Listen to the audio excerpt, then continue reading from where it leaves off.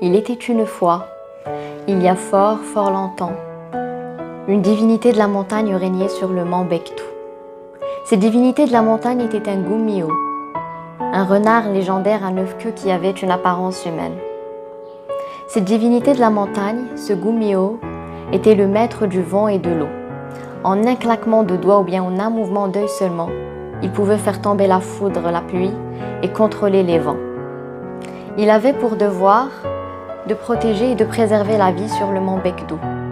Il protégeait les plantes, les insectes, la forêt, les oiseaux, les animaux, bref, tout ce qui était vivant, il le protégeait contre les humains et contre toutes les aléas de la vie. Cette divinité de la montagne s'appelait Lyon, et Lyon un jour tomba amoureux d'une humaine. Cette humaine s'appelait Aum. Ensemble, ils étaient heureux et étaient éperdument amoureux. Mais un Gumio et une humaine ne pouvaient escompter une fin heureuse. C'était le scandale sur le mont Bektou. Un jour, Aum mourut, et Lyon ne put se résoudre à se séparer d'elle et à supporter son absence. Il lui offrit alors sa perle de renard, une perle mystique, afin de pouvoir la retrouver quand elle se réincarnera dans le futur. Cette divinité éternelle qu'est Lyon, en offrant sa perle de renard à Aum, renonça à son poste de divinité de la montagne. 600 ans plus tard, on est en 2019. Une jeune femme avec les mêmes traits et la même apparence qu'Aum est réapparue. Elle s'appelle Jia. Mais est-ce vraiment la réincarnation d'Aum? C'est ainsi que commence notre histoire, une histoire éternelle, une idylle millénaire.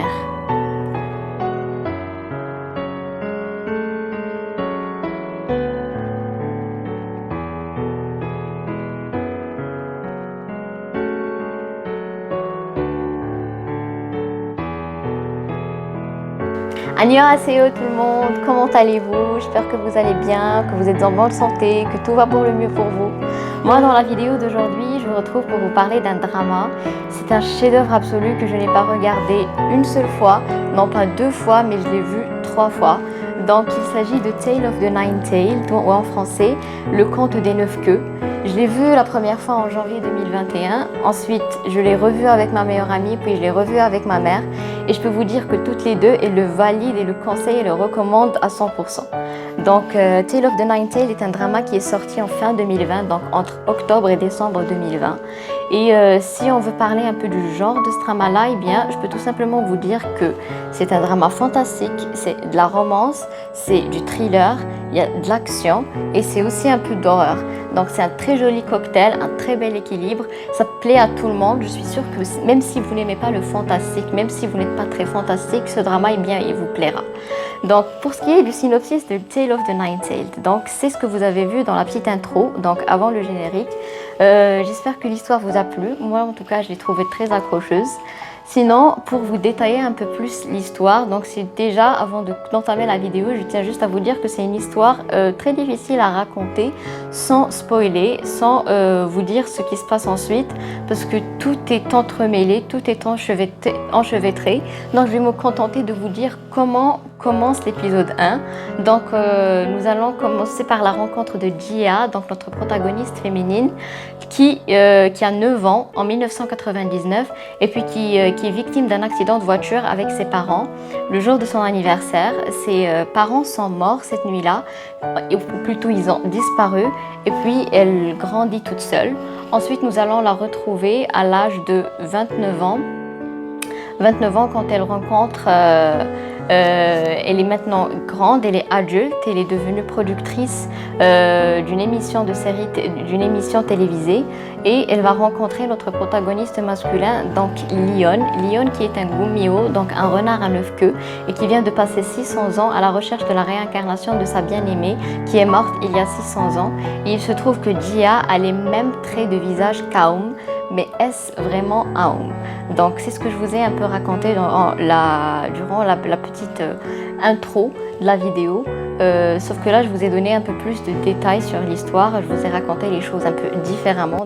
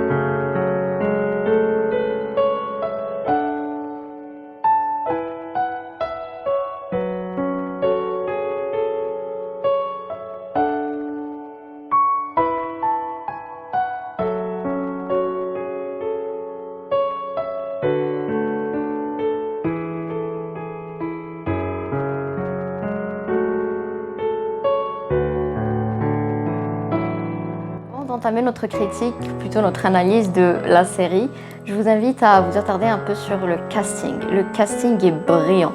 Moi, j'aime beaucoup Lee Dong-wook qui joue Leon, qui interprète le rôle de Leon. Donc Lee Dong-wook est un acteur phénoménal, franchement. Tous ses rôles sont géniaux, c'est un très bon acteur et franchement, donner à ce mec-là un Oscar pour son jeu dans ce drama-là, je vous jure, je n'ai jamais vu plus convaincant. Son jeu était très convaincant, c'était du très haut niveau. Il m'a ému au plus haut point. Quand il s'agit de scènes drôles, eh bien il est drôle. Quand il s'agit de scènes émouvantes, eh bien il est émouvant au plus haut point. Donc cet acteur-là est une valeur sûre. Ensuite, Jo Bo-ah. Et Jo Bo-ah, qui incarne notre protagoniste féminine, eh bien elle aussi, elle a fait du travail remarquable. Déjà, j'aime beaucoup cette actrice que j'ai découverte plutôt en l'année dans le drama Forest. Et elle a fait du très bon boulot. J'ai entendu un peu à droite à gauche qu'on l'a critiquée pas mal pour son jeu d'actrice. Et bien franchement, je vois pas du tout pourquoi on la critique. Elle a très bien joué, très bien incarné le rôle de Jia. Ensuite, pour le deuxième protagoniste masculin, eh bien, il s'agit de Kim Boom.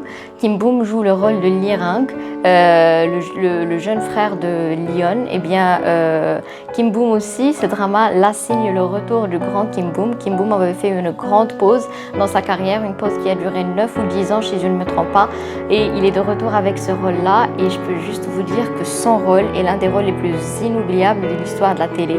Franchement, son rôle restera toujours dans mon cœur et il a tellement bien interprété, je ne vois personne d'autre à la place de Kim Boom interpréter le rôle de Lee Rang, ce personnage qui restera légendaire et mythique. Sinon, j'ai été aussi ravie de revoir Kim Yong-ji dans le rôle de Gi-Uri. Donc Kim Yong-ji que j'ai découverte plus tôt dans l'année toujours avec le drama The King Eternal Monarch et je ne serais pas surprise de la voir très prochainement dans un premier rôle. Donc continuons ensuite avec la suite de cette vidéo pour ce qui est de l'histoire. Donc pourquoi est-ce que l'histoire est géniale? Tout d'abord parce que j'ai été charmée par cette légende-là, cette légende coréo-japonaise. Donc la légende du renard à 9 queues est une légende coréenne et japonaise. Il en existe des centaines de versions et là, ce drama-là est une autre version de cette légende-là. Donc j'étais charmée par cette légende, par ce mythe, le mythe du Gumio, le mythe du renard à 9 queues. C'est une histoire très intéressante et je vous invite à aller la découvrir, je suis sûre que vous aimerez. Deuxièmement, j'ai appris beaucoup de choses avec ce drama-là, beaucoup de détails culturels coréens, beaucoup de détails mythologiques, de détails légendaires. Donc, apprécier les parallèles de la série. Le fait que le drama se passe, oui, en 2020, mais il y a beaucoup de flashbacks vers le passé, il y a 600 ans, quand Leon était encore une divinité de la montagne. Donc, les parallèles sont brillants, très bien filmés, très bien élaborés. Ensuite, il y a le suspense. Le suspense est à en mourir. Franchement, à chaque fin d'épisode, il y a des cliffhangers à mort. Je peux vous dire que je retenais mon souffle durant tout le drama. Il est juste impossible de savoir ce qui va se passer, d'essayer de deviner ce qui se passera parce que ce sera faux sur toute la ligne. Donc c'est un drama qui est très basé sur la mythologie. Donc voilà pourquoi l'une des raisons pour lesquelles on ne peut pas deviner ce qui se passera par la suite. La magie du scénario, c'est parce qu'on ne comprend pas tout de suite. Donc je vous préviens, il faut être patient avec cette série, c'est-à-dire qu'il y a des choses qui se passeront durant les premiers épisodes et que vous ne comprendrez qu'à la fin. Donc il faut être très patient et ne pas se dire oui, il faut que je comprenne, oui, il faut que je comprenne à tout prix. Non, pas du tout, parce que dans ce drama-là, il y aura quand vous aurez des réponses à vos questions, et bien ces réponses-là ne soulèveront que d'autres questions et ne vous en faites pas. Toutes les questions que vous aurez dans votre tête, on répondra à ces questions-là. C'est très sophistiqué, c'est très subtil, tout n'est pas dit à haute voix. Il y a beaucoup de flashbacks, de flash-forward, donc des projections vers le futur, des projections vers le passé. C'est très élaboré, très subtil, très beau, très fin. En fait, c'est de la dentelle. On voit que la scénariste est talentueuse, qu'elle a écrit le scénario de ce drama-là avec beaucoup de talent et beaucoup de minutie. L'une des choses que j'ai appréciées le plus dans ce drama était le fait qu'on ne tirait pas en longueur à la différence de plusieurs autres dramas. Comme tirer en longueur, comment? Eh bien, je vous explique. C'est-à-dire que le personnage principal masculin, donc Leon, est un gumio, c'est un renard à 9 queues qui fond dans la foule. Donc, il ne le crie pas sur tous les toits. Tout le monde ne sait pas que c'est un Gumiho. Et bien notre protagoniste féminine ne va pas être dans l'ignorance totale jusqu'à ce qu'il y ait 6 ou 7 ou 8 épisodes qui passent et puis elle va découvrir tout d'un coup que c'est un Gumiho. Non, pas du tout, on ne tire pas en longueur, c'est-à-dire qu'elle découvre que c'est un renard à 9 queues dès le début. Là c'est un point positif. Ensuite ce n'est pas une romance toute embûchée de disputes et de séparations futiles et juste des choses pour tirer en longueur l'histoire. Non, pas du tout, il y a des choses beaucoup plus importantes qui se passent, il y a des choses beaucoup plus urgentes, des choses beaucoup plus dangereuses. Ensuite, je peux vous dire que l'action est en rendez-vous, c'est-à-dire que les scènes d'action, les scènes de combat, les scènes où sont très bien filmées, donc on se sent immiscé dans le combat. Et puis il y a aussi les scènes où il y a l'utilisation de pouvoir, donc tout ce qui est fantastique. Donc là, les effets spéciaux sont très bien faits. Franchement, j'ai rarement vu cette qualité-là, une qualité qui est en train de rivaliser avec Hollywood, littéralement, et je n'abuse même pas. Donc c'est très agréable à regarder, c'était très bien filmé, très apaisant. Il n'y avait pas de vide, il n'y avait pas de moment de vide. Et c'est un drama, je veux juste vous dire de faire très attention à tout ce qui se passe, c'est-à-dire qu'il n'y a rien de gratuit là-dedans. Il n'y a pas de scène gratuite qui ne veut rien dire. Tout a un sens, tout sera utilisé ensuite. Vous aurez besoin du tout pour comprendre l'histoire. Je peux juste vous dire que vous serez charmé par l'histoire, que vous serez agréablement surpris. Et puis, autre détail, la fin est magnifique, la fin est superbe, elle est sublime. Franchement, avec Tale of the Nine Tails, j'ai découvert un autre type de fin, pas une fin heureuse, pas une fin triste, pas une fin ni heureuse ni triste. Donc, ce n'était pas un mélange des deux, c'était une fin éternelle. Moi, je dirais que c'était une fin infinie, qui n'en finit pas, qui dure. Donc vous découvrirez ce que je veux dire quand vous regarderez l'histoire, quand vous découvrirez le drama. La fin est si l'on ne connaît pas la mythologie coréenne, eh bien on ne comprendra pas la fin. C'est d'ailleurs la raison pour laquelle il y a beaucoup de personnes qui ont abandonné le drama, ou plutôt qui n'ont pas aimé la fin. C'est parce qu'ils ne connaissaient pas. Moi j'ai fait quelques recherches sur le mythe du renard du Gumiho, et j'ai découvert le sens de la fin. Donc j'ai beaucoup aimé aussi les relations entre les personnages. Donc les relations entre les personnages sont très bien développées. Donc que ce soit la romance entre nos deux protagonistes principaux, donc c'est une très belle romance, l'une des meilleures que je n'ai jamais vues et que je n'ai jamais découverte. Donc une très belle histoire, une idylle millénaire. Je suis tombée amoureuse de leur histoire, de Leon et de Jia. Ils étaient juste très beaux ensemble. Ou bien que ce soit les amitiés du drama. Donc que ce soit la relation de Leon avec son frère, avec son jeune frère qu'il aime tellement qu'il est prêt à le tuer ou à mourir pour lui. Donc des relations très complexes qui vont s'éclaircir petit à petit, des personnages qui sont restés fidèles à eux-mêmes, donc des personnages qui ne font rien, qui est différent de leur caractère, ou plutôt du caractère qui leur a été bâti et construit dès le premier épisode. Donc par exemple Lirang, le jeune frère de Leon, reste toujours jusqu'au dernier épisode fidèle à son caractère, fidèle à ce qu'il est. Leon aussi, Jia aussi. Et puis il y a aussi la très belle amitié entre Leon et Gu Shinju, donc son meilleur ami puis son bras droit, depuis qu'il était maître et une divinité du mont Baekdu. Franchement, j'ai aussi beaucoup aimé les échanges, les dialogues étaient très beaux. Il y a eu beaucoup de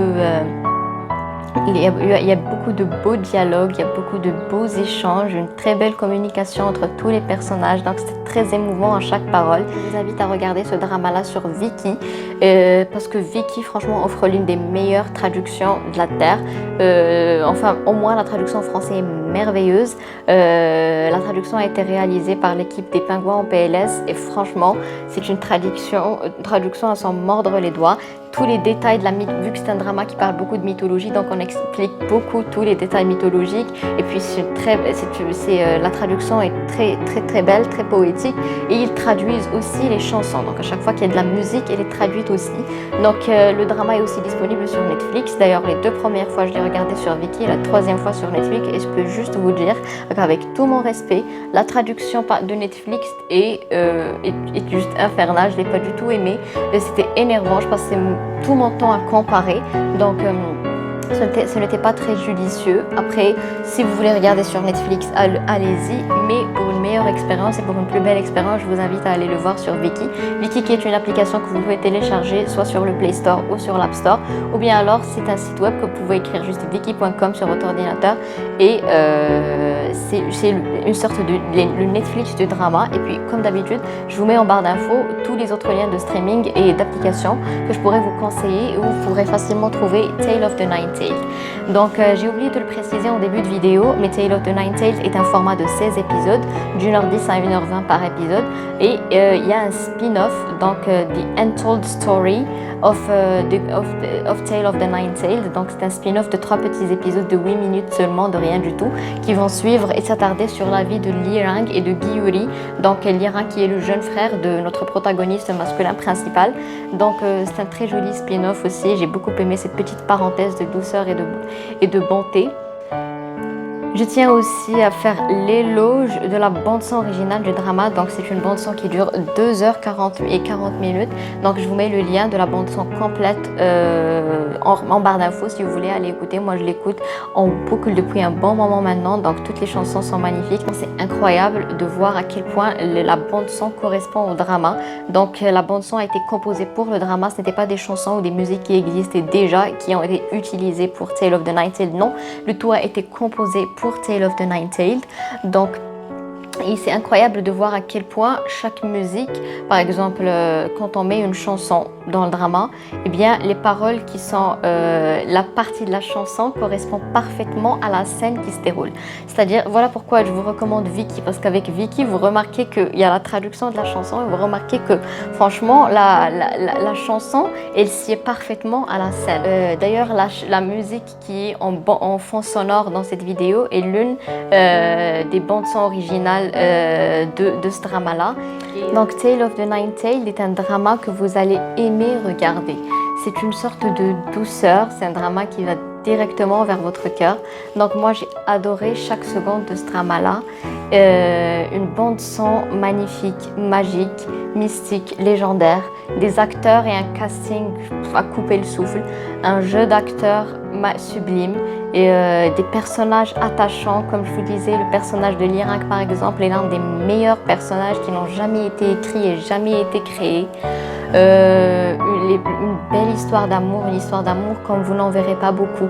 Donc l'histoire d'amour entre Leon et Jia qui est d'une beauté infinie. Leur histoire, une histoire qui montre finalement que le grand amour peut exister, que pourquoi pas le grand amour existe et qu'il suffit d'y croire et qu'il suffit d'aimer pour que le grand amour existe. Voilà tout le monde, merci beaucoup d'avoir regardé cette vidéo. Je pense que j'ai fait le tour. Donc j'étais à la fois impatiente de filmer cette vidéo là et puis à la fois j'appréhendais de la filmer parce que quand on aime beaucoup une chose, quand on aime beaucoup un livre ou une série, on a toujours du mal à en parler tellement on ne trouve pas les mots justes, tellement on a l'impression que tous les mots qu'on utilisera ne rendront pas justice à la grandeur de cette série ou bien du livre. Donc c'était ça pour Tale of the Nine-Tailed. J'espère que cette petite vidéo vous aura donné envie de aller regarder ce drama. Je ne peux que vous le conseiller encore et encore. Il n'est que délices, beauté et poésie. Donc vous allez l'aimer, j'en suis sûre. N'hésitez pas à me donner tous vos retours là-dessus. Sinon, quand vous arriverez à la fin, donc la fin est une fin qui est difficile à comprendre et que vous ne pourrez pas comprendre si vous n'avez pas fait quelques recherches sur la mythologie coréenne. Et c'est pourquoi je vous invite à venir me voir et n'hésitez pas à venir me dire que j'ai fini le drama.